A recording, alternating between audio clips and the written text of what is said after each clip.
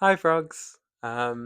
You are joining me today in front of my mirror while I am partway through getting ready for a party that I'm going to in like an hour. But I wanted to stop and record this video because I wouldn't want to spend my New Year's Eve without talking to you, frogs. So, hi.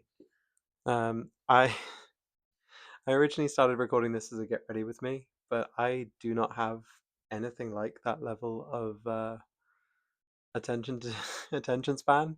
So I would have just ended up just doing my makeup or just talking to you. So get ready with me in the works one day, pending. Instead, you're just attached to my blush today. Um, so what I wanted to talk about today, I took some notes. Was the 7 things, and you'll have to forgive me. I really enjoy the like X number of things format. It's fun.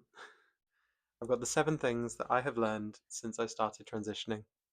Now that we're like a month and a half into this whole project, some self reflection seemed good. So, first on the list was transitioning is slow. Like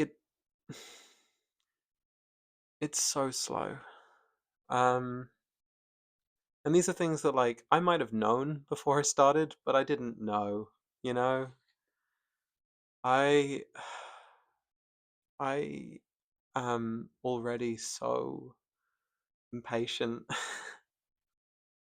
Like a month and a half in is so early in the process too. This is going to be going on for years, and I know that every trans person is impatient that the transition is taking too long.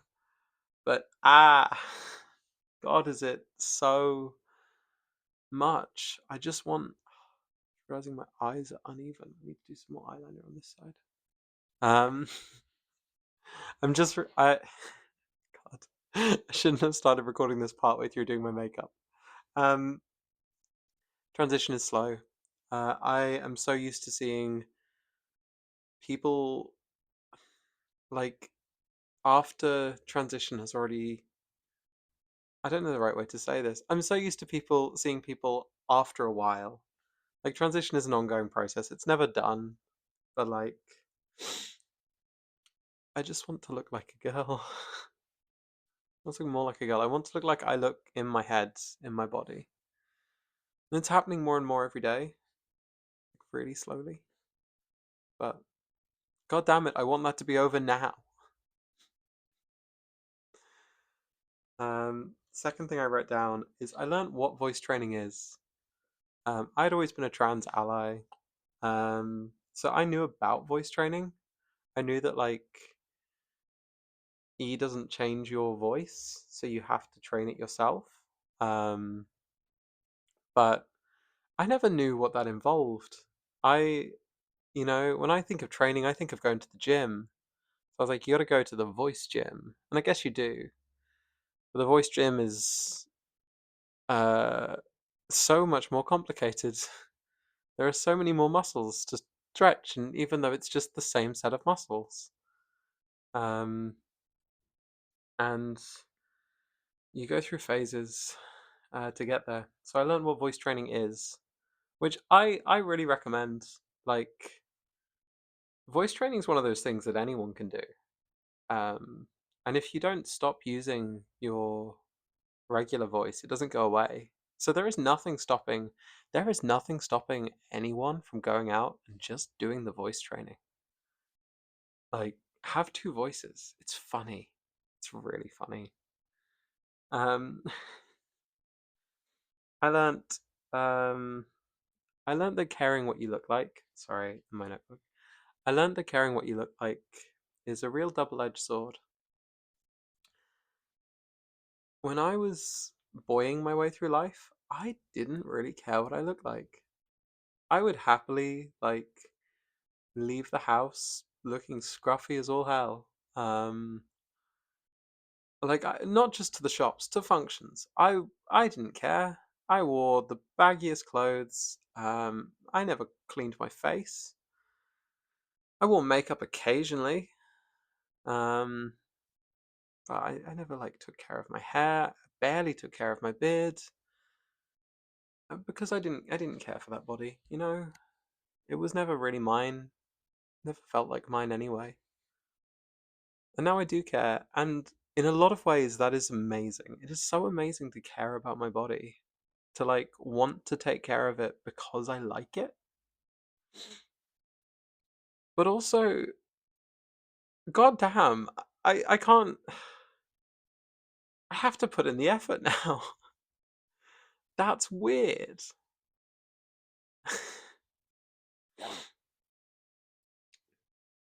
Caring what you look like is a double-edged sword. I have learnt that girls are still scary even when you are one, which seems unfair. Probably more so, to be honest. And I do care I do care what people think about me in a way I'm not sure I did before either. So there are people out there that I just want them to like me. And I feel all nervous and shy about it. And it's probably similar to the last point. I'm not sure I cared as much before, but I really do now. And girls can be especially scary. No, I can. Part of that is that, like, I was raised around boys. Girls have always been scary to me, but there's something slightly different now. Especially because I want to be seen as a girl myself. But then there's like the next part, the number 4 or 5, whichever one I'm on. 5, I think. Girls are lovely. Girls are so lovely. A lot of the girls I talk to are just endlessly kind and so generous with their time and their energy and their kindness. And it makes me feel so happy to have the girlfriends I have got in my life. Um, so I don't know if anyone ever sees this. Thank you. You mean a lot to me. What else have I got on this list? Oh, I learnt chess is fun. I'm not sure this is a transition thing. Um, but the chess club I go to is a queer chess club. And I started going for very silly reasons. But now it's one of the highlights of my week, and I really look forward to it. Um, and I used to think chess was both like way too complicated for me to ever even scratch the surface of learning, and also too simple to be like a fun game. Like I play video games, I have so much more complexity, but also like chess is scary, and chess people are so scary. Now I go to chess club and I have a lot of fun, and I know enough about chess now to really enjoy losing in like fun, creative ways. Like I understand the mistakes I made.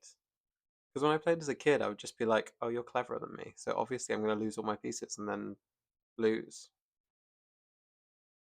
But now I'm like, "Oh, I get it. Strategy, technique, tactics. Don't blunder your queen." Chess is fun. Again, I don't think that's a trans thing, but it was one of the first places that like I asked strangers to use she pronouns for me, and they did, and it was great getting my ass handed to me in chess as a girl.